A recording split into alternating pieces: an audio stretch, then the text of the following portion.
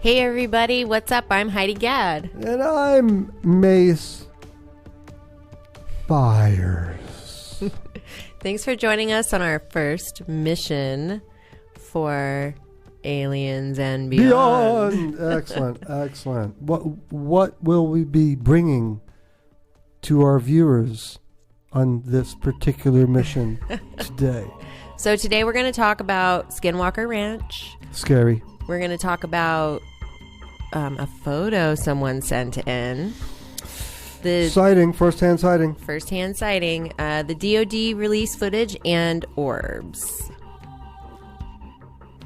I love those orbs. I love talking about orbs. If I could, roll around in, one of those big kid things where they have the balls in there and they were just orbs, that's what I would do. Anyway, moving along. How's that for a visual? I'll get in shape before I do that, though.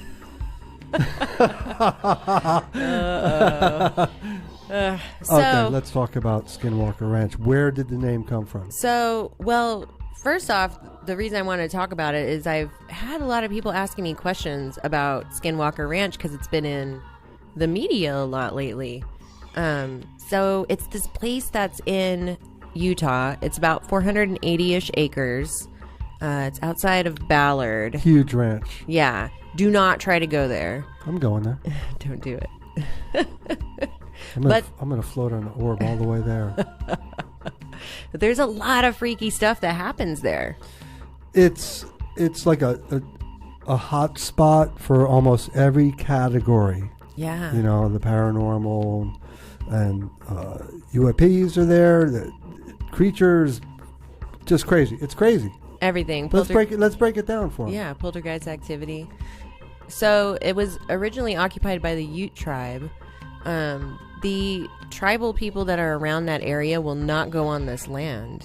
So back then, the settlers were coming west, and that's really where the documented history a little bit kind of started, when the settlers started coming west, and then they were in that area, and the local tribes and everything. Right. They started, and they referred to it as Skinwalker Ranch because there was, they believe there was a curse put on the land. Now, a Skinwalker, as far as the Navajo and the, how do you pronounce it? Ute tribe, they believe a Skinwalker is basically a shapeshifter. Yes. So maybe a human can become like a wolf-like creature and terrorize the Skinwalker Ranch area. Yes. And actually on the ranch itself, in the house, around the house. Yeah. At some point, this area of land, known as Skinwalker Ranch, became owned by Robert Bigelow. And he's, got all his space station stuff he does. He's a very wealthy man, interested in this subject. Yes. And he owns companies that actually build and design all kinds of spacey stuff. Yeah. So back in the 90s, in 96, he starts a institution called the National Institution of Discovery Science. That, what it seems like, it's basically was just to research this land. And I'm sure he probably had lots of other interests, but this is such a well-known hotspot. And here this guy is who now purchases this. So he brings a team in. But here's the thing. At some point, the DIA, which is the Defense Intelligence Agency, a government agency, also takes an interest in this. So they've spent millions of dollars on research, PhD people. They're researching this stuff, but they've never been able to talk about it. Why? That's the question. The government. Right. Probably because there was some kind of... Allegedly. Right. Allegedly. Yeah. I finally got to use that word. I've seen it a lot on TV. So allegedly the government probably shut them down for numerous reasons. Well, it's, they were, the only reason they would be there is if they saw this as a threat to national security. So what is a threat to national security? Are there UAPs, UFOs? That was me. Let's break it down. So you have orbs there. You got orbs. UAPs. You've got skinwalkers. Beowulfs is a term, kind of like a large wolf type creature with Some have reported, I guess, yellow eyes. And these, in some of the alleged reports, they chased this creature and it just disappears. The track stopped. Yeah. So there's all kinds of wacky stuff going on there. And they've had cattle mutilations. It was a cattle ranch at some point, and they have cattle mutilations. People even feel like a psychological dismay when they're there, and have had entities and poltergeist activity. Just every single weird story you've ever heard about anything paranormal, it seems like happens there. Yeah. That's why you should not go there. I'm going there. It's private property. Don't go there, you guys. It's a large piece of property too. Yeah. My question is, before I would purchase a piece of property, so prior to Bigelow, right? Do some research, man. I'm not going to buy a house where some violence, some really horrific things occurred in it. Yeah, you probably wouldn't buy the house that a serial killer lived in, right? Absolutely not. I know I wouldn't want to. No. But so one thing that's happening right now is there was a book written. It was called Hunt for the Skinwalker. Dr. George Knapp, who was on the original PhD team that went in and was researching all of this phenomena, he and Dr. Colm Kelleher documented all of this. They write this book, Hunt for the Skinwalker, and for whatever reason, we have this documentary coming out now. It's to get it out. It's time to get it out. And I'm sure that will be explained more in the documentary. But so it's by the filmmaker Jeremy Kenyon Lockyer Corbell. He also did that Patient 17 film, which is about the doctor that does the implants. May he rest in peace. He was he was a very interesting guy. I used to watch a lot of his documentaries and stuff, and I really watched a lot regarding these implants with him. Yeah. And he's basically got hard science. Yes. There is hard science that what's placed in these humans it's just not from here. Yeah. That's a whole nother mission, But that's what this is going towards. This is hard science. Now, there was violence reported. Dogs were killed. Yeah, on the ranch, there was violently. I'm not sure specifics because there's so much information regarding. It's very difficult to break all this down, regarding Skinwalker Ranch, because there's so much going on there. But just the fact there's this documentary coming out that's going to have all of this super rare, authentic, real footage of documented paranormal events. What is that going to do to people? Some people are going to be like, oh no, it's still fake, and there's just going to be people that say that, but bring it on, people. Send us any comments. We'll answer your questions. Yeah. So you guys should look into that. And we should probably drink some coffee before we did this episode. What do you think, Mike? That's all. You're not going to catch me sleeping in the Skinwalker Ranch. No, me neither. I can't even watch a paranormal movie. When it comes to dark spirits or anything like that, I don't care for watching it before I go to sleep. It's some scary stuff, and it's something that happens, and a lot of people out there know this stuff happens. And knowing that there are PhD scientists, scientific instruments, data that's been collected, and this super rad documentary that's about to come out about this. Yeah, everybody talks, a lot of people in the field talk about how they were ridiculed or are ridiculed. Right. Now you, a couple years, have been doing a radio program and stuff like that. Right. I'm out. I'm out of the ufology closet, so to speak. Right? Yeah.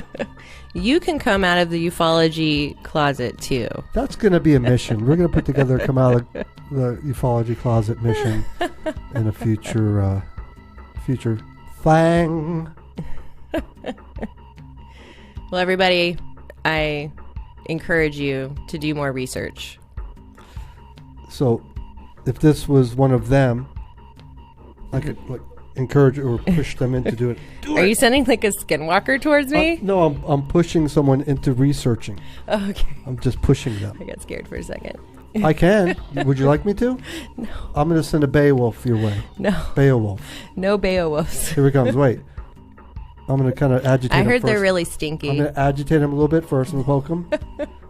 And then I'm going to spin his head. I'm just going to push him your way. Whoa.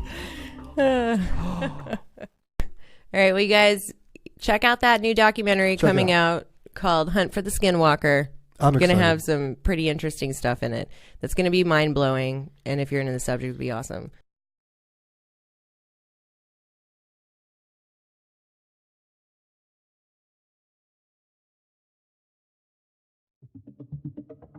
It's time for another definition mission. Today's word is UAP. That stands for Unidentified Aerial Phenomenon. Also, another way of saying UFO. So when you're doing those FOIA, Freedom of Information Act, queries, don't forget to include that in it as well. It has been a term that's been used widely for decades. UAP, Unidentified Aerial Phenomenon. Thanks for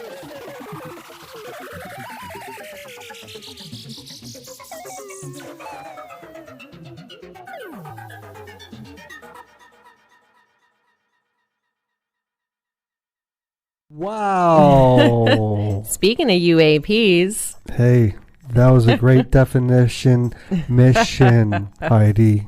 why, thank you. I liked it. So we had a viewer send us in a picture. A picture. Yeah. Yeah. So most of you that's watching this now probably saw our little minute teaser, and we asked everybody to send in any experiences they had. Yeah. Remember I said have had, or have had, whatever that meant, but don't even think about that. So yeah, I get a message through a pretty well-known, prominent, upstanding individual in the area, and he goes, Mace, my friend's daughter had a sighting, and she's got this picture, and he sends me this picture. He goes, you want to put this on your show? And I looked at the picture, I'm like, I could not believe it. Yeah. So the story is, It's crazy. they're in Wichita, Kansas. Mm-hmm. Her name is Allison Deane. It's upside down on my notes. That's okay, 'cause that's how we roll here. Allison Deane and her mom were in Wichita, Kansas, and there was a big storm coming. Yeah. Dark, ominous. Whoa! Just took 3 pictures, just to get the picture of the storm. Excuse me. They look at it the next day. What do they see, Heidi? This. Wow. This is like Yeah. firsthand, because I spoke with her on the phone. You spoke with her through our site, and she was blown away by it. Yeah, she's completely still in disbelief every time she looks at it. Now, this just happened It was Tuesday. Tuesday evening, what's the date of Tuesday? What was Tuesday? Tuesday the 15th. The 15th. And they looked at the footage on Thursday. What would that Or be? Wednesday. Wednesday. Yeah. Wednesday. Okay. Don't worry about this stuff. That doesn't matter. Yeah. So she looks at this footage and sees this and is totally blown away. So what she tells us is here's her description of what happened. I walked out to my car after work and took a picture of the sky because the clouds were beautiful. I don't normally take pictures of the sky either, so that's what makes all of this extra weird. I just snapped a picture and then got in my car and went home. When I went to look at the picture the next day, I noticed something strange in the clouds. I asked my mom what it was, and we both just stared at each other. I don't even understand how I captured that. Like, here's somebody just randomly taking pictures and bam. Like, and this probably happens to a lot of people, and maybe they don't notice it or they don't want to share it because it's like, and you know, so I weird. bet it's very frustrating for some people because people will spend days in deserts, right, hours, days, months, years without getting this kind of picture. Yeah. And for some reason, our first show, we get firsthand experience, person, human, girl, named upside down Allison Deane. Yeah. It's wild. It is wild because, like, what are the chances? And this is something that's genuine because this person has no reason to, like, fake this or go CGI or anything. Like, this just happened. And in the other photos... And she's with her mom. Yeah. You know, they're not, like, they have no reason to create this picture. And fake this. Yeah. And the other picture... The other two pictures, the craft wasn't in there. Right, I guess she just snapped a couple. Yeah. But that one picture, she looked at it. We should all be so lucky just to, you know. Yeah. I'm just going to go out there and just randomly with my phone. Man.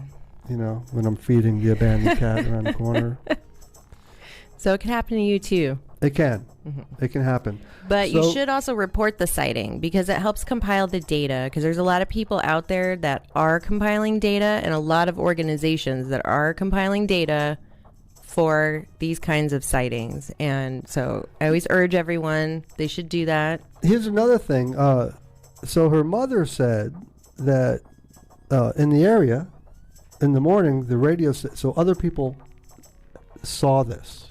Because it was on a radio station, B98 FM there, a local radio station. They discussed it. Wichita, Kansas? Yeah, somewhere in that area. Wichita is where it happened, but I guess they live a little bit away from that. Which is interesting that she has the footage. Yeah. So yeah, it just proves if there are multiple witnesses. It's like the whole Phoenix Light thing. Yeah. You know, but this is on a smaller level. That's a big ship too, man. Like, it's big. It's big. But we know these things happen.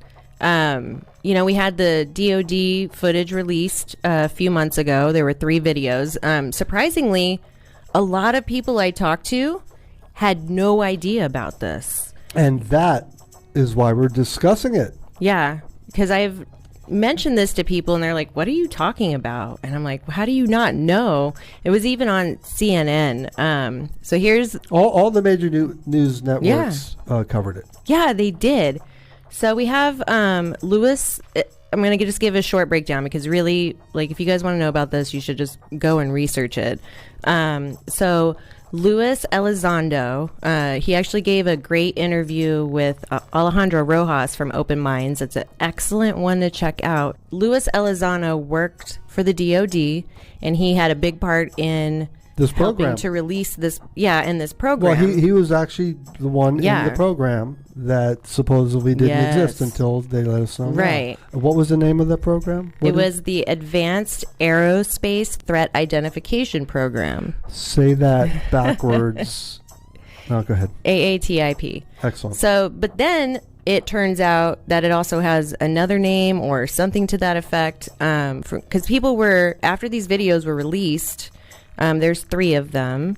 They're from a fighter jet. There is an obvious tracking of this UFO. Like, they're tracking it, and the pilots are talking about it. People were doing Freedom of Information Act searches, FOIAs. And so recently it's turned out that there was another name for this organization, which is the Advanced Aerospace Weapons Systems Application Program. So basically what they were trying to do was like, look, we're going to show you this here. Right. But really only looking at what's happening, what we'll let you see, but the real deal is going on over here. More than likely, that's one theory. It's a theory. It's a theory.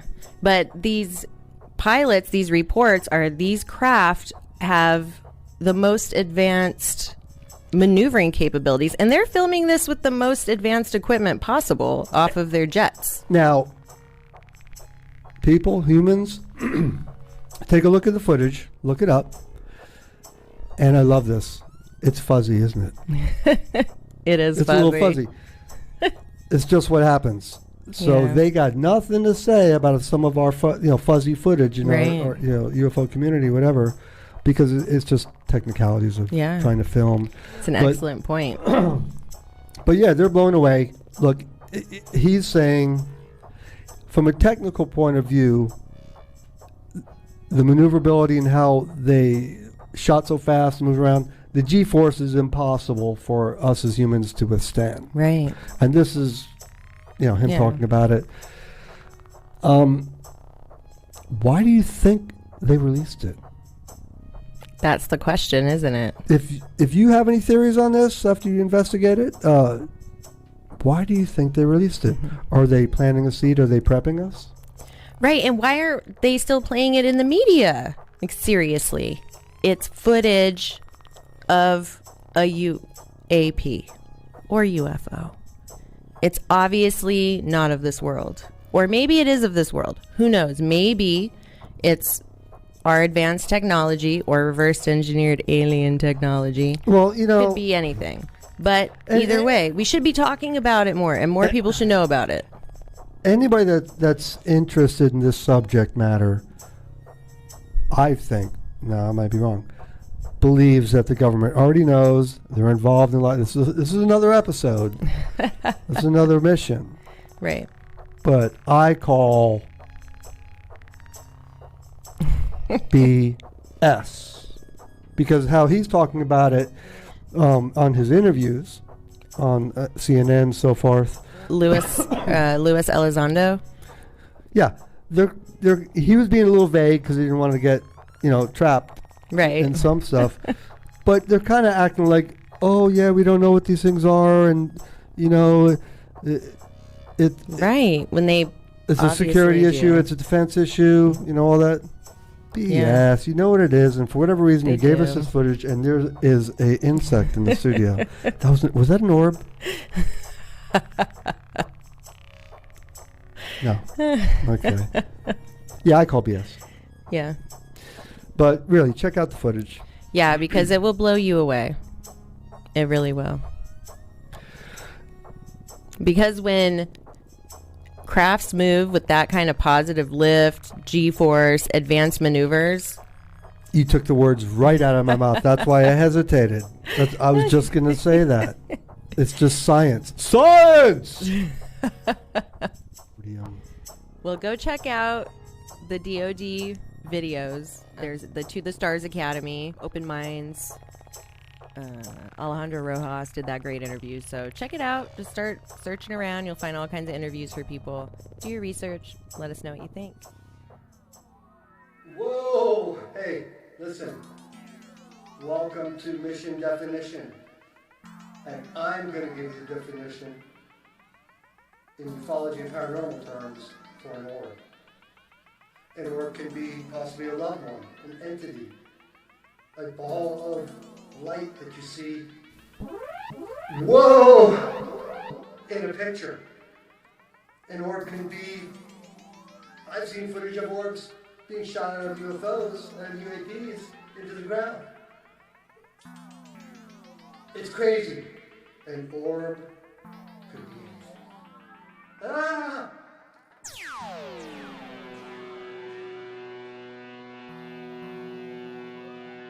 Yay! That was some definition mission. Mason is orb. What was wild is the fact that I could actually be in space and be breathing without any form of apparatus whatsoever. Right? That's the magic we got going on here. Huh. So, have you had any experiences with orbs? No, I haven't really had much experiences. I might have seen maybe back in the day pictures people mentioning these lights and stuff, but that was before I was really into it. Right. And into phenomenons and paranormal stuff. Yeah. Now I know you. Yeah. You have experience. I do. Orbs. And sometimes the orbs you see in pictures are lens flares, like the ones around the pyramid in Egypt. How do you even know? You're debunking something you've never seen. Listen, people, there's orbs at the pyramids. Lots of energy, lots of wacky stuff going on in the pyramids. Yeah, we had a conversation earlier. So about what I'm going to do right now, because I know how everything works in the studio here, I'm going to, now there's an orb right here, right?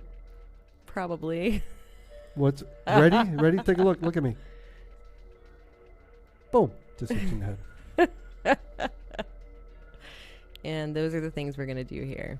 So, yes, to answer your question, I have had a couple of orb experiences. One is this video. I was taking video of my dogs and for my goddaughter. And I had stopped recording on my phone. And then I looked down and it's recording. And I'm like, that's weird. And then I shut it off. So several days later, I'm looking at the video with my dogs and with my goddaughter. And there's this orb. Were the dogs actually visually looking at the video with you? At your small petting zoo at your house? I'm sorry, people. Let's move on. Looking at the video. So, yeah. And then that's when we saw it. Of the dogs. Of the dogs. And then we see this yellow orb just shoot across the, half the screen to the right side. It's really quick. Yeah. So it's so quick. I'm going to slow it down. But it goes kind of like the dogs are, out of the frame. Mm-hmm. It was very odd. And so we spent some time just trying to pause it and looking at it. And then, I get it in the video program and I slow-mo it down and I take some stills. And then for several days, I try to debunk this thing. Now, like this still right here. Mm-hmm. So here it is. Now, I know when I was looking at it, it's almost got a slight color to it. Yeah, it's kind of like yellow. It might be hard to see in this footage, but it's got like a color. It's I don't know what it is, but it was really weird. Yeah, it didn't look like a speck of dust to me because I've looked at a lot of debunked orb footage. Yeah. Prepping for this event right here. Because she's the orb. Orb queen. I don't know if I want that nickname. I have a question for you. Yes. What's going on with the hair? What's going on up there? Is that like an antennae? It looks like antennae. It's a tree branch. Because I like Groot. Ah, Groot. Yeah. Yeah, excellent. Okay, so there's other kinds of orbs. Yeah, there's the ones that really fascinate me. Yeah. Because I'm kind of freaked out by the paranormal freaks me out more than it ufology. Does. And I've had a lot of experiences I'll go into eventually sometime on the show. But these other orbs are like, there's footage of UAPs, UFOs, and orbs coming out, out of the UFO. So I don't know if they're actually kind of like drones, right? Or they're actually could be like a being. Yeah. Like they. Oh yeah. Like beings. Those are of some light. Interesting accounts. Beings of light. There's accounts in forests and things when there is a UFO sighting, orbs kind of zipping around between trees and things like that. It's very perplexing. So that's another orb. There's more orbs, isn't there? There's all kinds of orbs. Whoever can email us how many times I've said the word orb, and we'll send you like a T-shirt one day. When we make them. Yeah, because we will. Orb. But then there's the orbs that are orbs, like in the sky, like UFOs, UAPs, those kind of orbs, which I also have a video of. Yeah, those are cool. They're very large and they're almost pulsating into different shapes, and they split off and then they regroup. Right. Yeah. And sometimes I'm afraid about what are you going to say? I'm kind of frightened. Well, sometimes those orbs we see in the sky turn out to be Chinese lanterns, but not all the time. Like they do. There's been a couple of times in Arizona. Yeah, it's happened a couple of times. Like there's the Mormon Church every year they release all of these Chinese lanterns for people who have joined their religion or converted or whatever. So there's all of these Chinese lanterns going up in the sky, and every year The orb sightings. Everybody's like, there's a bunch of UFOs and posting pictures. Like this last year, it actually turned into what kind of looked like Maui's hook for a second. So it was really, really kind of weird and funny. I don't even know what hook? From Moana. What's Moana? It's a cartoon for children. See, I don't have any kids. I got a cat. Kumi the Roomy. So now, I'm sure, because you know Kumi.